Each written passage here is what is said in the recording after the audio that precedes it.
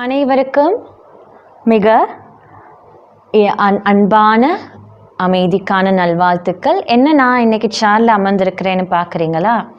So இன்றைக்கி நாங்கள் டே 9, அதாவது 9வது நாள் பயிற்சியில் நாங்கள் இருக்கிறோம். வளமையாக யோகானா மெட்டில் தானே இருந்து சொல்லி கொடுப்பாங்க. அது ஏன் சேரில் உட்காந்துருக்கேன், அமர்ந்திருக்கேன்? ஸோ இது தான் சேர் யோகா கூட ஒரு யோகா தான்.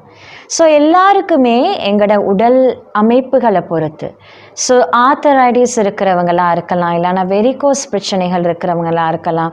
சில பேர் சர்ஜரி, அதாவது நீ முட்டுக்காலில் சில இஷ்யூஸ் இருந்து முட்டுக்கால் சர்ஜரி பண்ணியிருக்கிறவங்களா இருக்கலாம். அவங்களுக்கெல்லாம் கீழே, அதாவது மெட்டில் அமர்ந்து கொள்ள முடியாது. அந்த மாதிரியான நபர்களுக்கு சேரில் அமர்ந்த மாதிரி நாங்கள் யோகா செய்யலாம். இது arthritis healing plus varicose issues healing.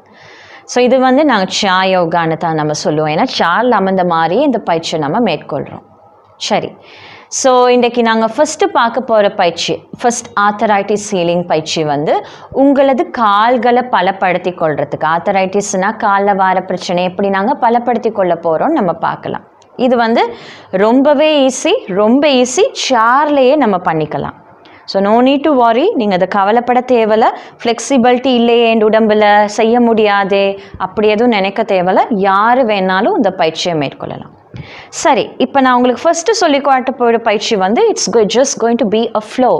இது ஒரு கோர்வையான பயிற்சியாக தான் இருக்க போகுது. இப்போ நான் பார்த்தீங்கன்னா சேரை என்னோட முன்னுக்கு இந்த மாதிரி வச்சுக்கொள்ள போகிறேன்.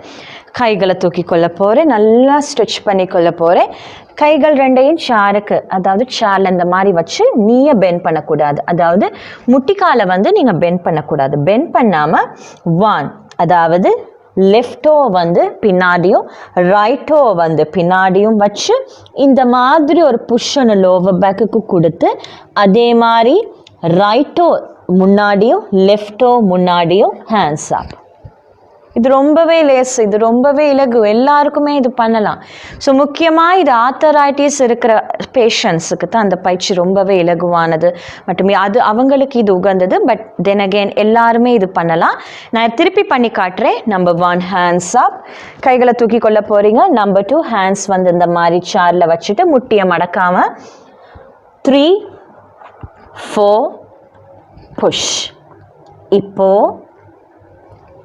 5, 6 up. Once again 1, 2, 3, 4 push. இது ரொம்பவே நல்லது உங்கள் உடம்பை பலப்படுத்தி கொள்றதுக்கு. 5, 6 up. இன்னொரு தடவை பண்ணுவோமா? 1, 2, 3, 4 push. 5, 6 up. இது நான் செய்கிறது மூலமாக என்னோட சொந்த அனுபவத்தில் சொல்கிறேன். இது நான் செய்ய என்ன ஆகுதுன்னா, என்னோட லோவர் பேக் பலம், அதாவது லோவர் பேக், அதாவது இடுப்பு பகுதி இருக்கு இல்லையா, அந்த இடுப்பு பகுதிக்கு நல்ல ஒரு வலு கிடைக்குது. ஸோ இது செய்கிறதன் மூலமாக, நாங்கள் டெய்லி செய்கிறதன் மூலமாக, டெய்லி ஒரு 10 தரம் இந்த பயிற்சியை பண்ணாலே போதும். 10 தரமோ இல்லைனா உங்களுக்கு ஓகேண்ணா, நீங்கள் டே டு டே இம்ப்ரூவ் பண்ணிக்கொள்ளலாம், இன்க்ரீஸ் பண்ணிக்கொள்ளலாம். ஒரு நாள் 10 தரம் செஞ்சிங்கன்னா அடுத்த நாள் 12 times. So day after tomorrow, அதுக்கடுத்த நாள் 15. ஸோ அந்த மாதிரி கொஞ்சம் கொஞ்சமாக கவுண்ட்ஸ் கூட்டி கொள்ளலாம். ரொம்பவே லேஸ். எப்படி நாங்கள் இது செய்வோம் நாங்கள் சொல்லி காட்டுறேன். 1, 2, 3, 4 புஷ்.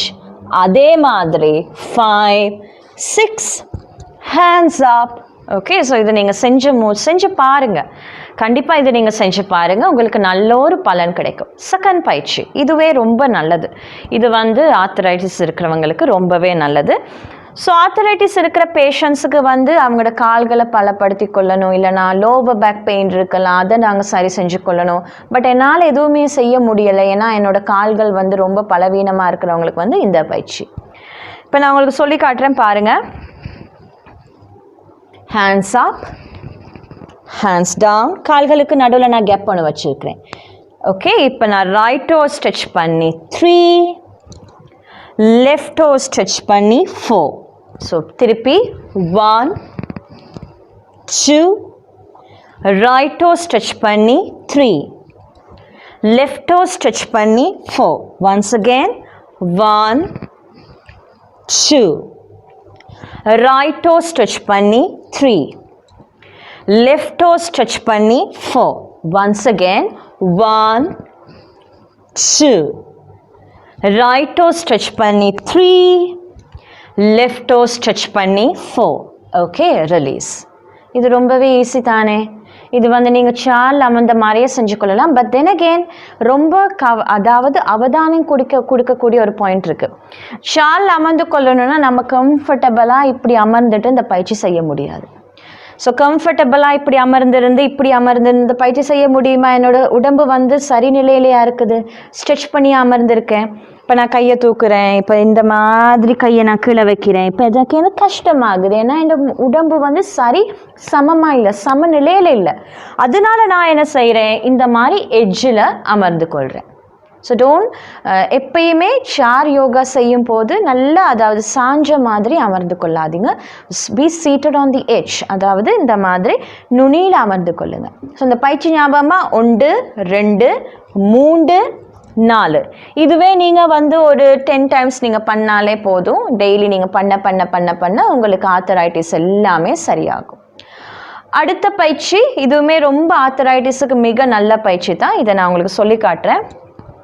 இது வந்து நான் என்னோட ரைட் லெக், அதாவது வலது காலை சாருக்கு மேலே இந்த மாதிரி வச்சுக்கொள்கிறேன். வலது காலை சாருக்கு மேலே வச்சுக்கொண்டேன்னா இது யாருக்கு வேணாலும் செய்யலாம். கைகளை வந்து இந்த மாதிரி ஸ்ட்ரெச் பண்ணி கொள்ள போகிறேன். இப்போ எந்த கால் கீழே இருக்குது? இடது கால் கீழே இருக்கு இல்லையா? இப்போ பாருங்கள். 1 release, 2 release, 3 release, 4 release. So இந்த மாதிரி நீங்கள் டெய்லி ஒரு 10 தடவை வந்து ஈச் லெக். ஸோ நான் இப்போ ரைட் காலை மேலே வச்சேன், 10 தடவை செஞ்சு, அதுக்கப்புறம் அதே மாதிரி இடது காலையும் லெஃப்ட் லெக்கையும் நீங்கள் சேருக்கு மேலே வச்சு 10 தடவை நீங்கள் செஞ்சுட்டு வந்தாலே உங்களுக்கு ஒரு நல்ல ரிசல்ட்ஸ் கிடைக்கும். ஞாபகம் இருக்கா என்ன நம்ம செஞ்சோன்னு? What's the first practice? முதலாவதாக நாங்கள் செஞ்சது இது number 1, number 2, number 3, number 4, number 5, number 6, up. இதுதான் ஃபஸ்ட்டு நம்ம செஞ்ச பயிற்சி. செகண்ட் பயிற்சி என்ன நம்ம பண்ணோம்? ஸோ நம்ம வந்து சார்ல அமர்ந்திருந்து செஞ்சோம். சார்ல வந்து சாஞ்ச மாதிரி அமர்ந்திருந்தோமா? இல்லை.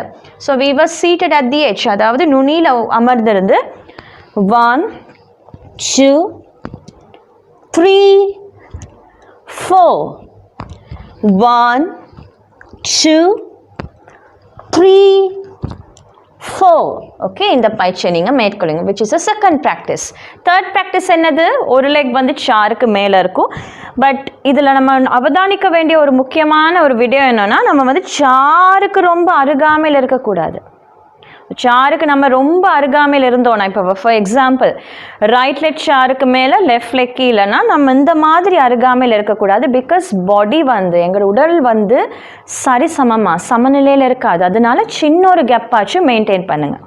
அப்போ தான் உங்களோட ரைட் லெக்குக்கும் ஸ்ட்ரெச் ஃபீல் ஆகும், லெஃப்ட் லெக்குக்கும் ஸ்ட்ரெச் ஃபீல் ஆகும். கையை ஸ்ட்ரெச் பண்ணி வந்துச்சுக்கொள்ளுங்க. 1 ஸ்ட்ரெச், 2 ஸ்ட்ரெச், 3 ஸ்ட்ரெச். இந்த மாதிரி நீங்கள் 10 தடவை ஈச். ஸோ நம்ம பண்ணினது எல்லாமே 10 தடவை நீங்கள் செஞ்சுட்டு வந்தாலே உங்களுக்கு நல்ல ஒரு வலு கிடைக்கும் உங்களோட உடம்புக்கு. சரி, இன்றைக்கி நம்ம சால் அமர்ந்த மாதிரி தியானத்தையும் மேற்கொள்ளலாம். ஸோ எங்களுக்கு ஏற்கனவே தெரியும், எங்களோட மனதை எது ஆரோக்கியமாக வச்சுருக்கும்? தியான பயிற்சி. மனதை ஒருங்கிணைக்கிற பயிற்சி தான் எங்களோட மனதை ஆரோக்கியமாக வச்சுக்கொள்ள உதவும். அந்த வகையில் இன்றைக்கு நாங்கள் இருக்கையிலே அமர்ந்தவாறே இந்த தியானத்தை மேற்கொள்ளுவோம்.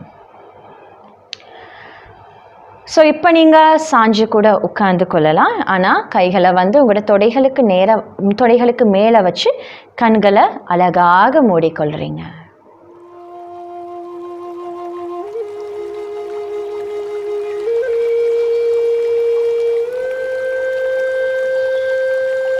நான் கூறப்போகும் ஒவ்வொரு விடயங்களையும் உங்கள் மனத்திரையின் முன் கொண்டு வாருங்கள்.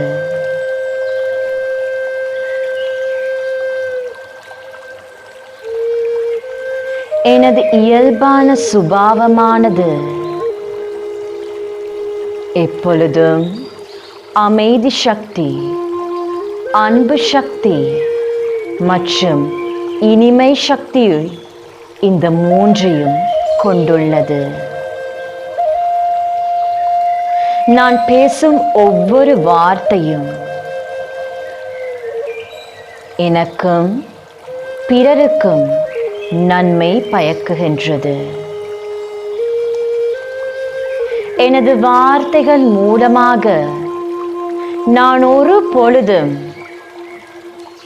யாரையும் நோகடிப்பதில்லை, துன்பம் விளைவிப்பதில்லை.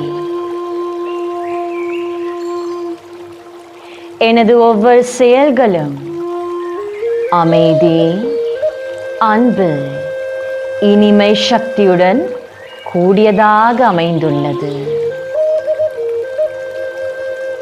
இது எனக்கும் பிறருக்கும் மிக்க நல்ல பலன்களை கொண்டு வருகின்றது. எனது செயல்கள் மற்றும் எனது வார்த்தைகளானது எனக்கு நன்மை செய்வதுடன் பிறருக்கும் சுற்றுச்சூழலுக்கும் மிக உன்னதமான நற்பலன்களை கொண்டு வருகின்றது.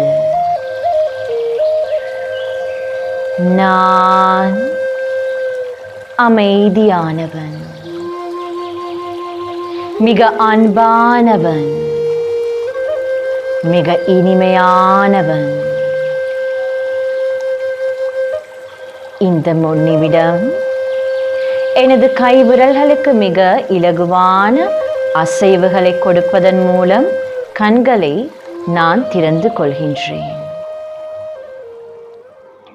ஸோ நன்றி, வணக்கம். இன்றைக்கு நீங்கள் இந்த செஷன், இந்த ஃபியூ மினிட்ஸ் இந்த சில நிமிடங்கள் உங்களுக்கு பயனுள்ளதாக இருந்ததுன்னு நான் நினைக்கிறேன்.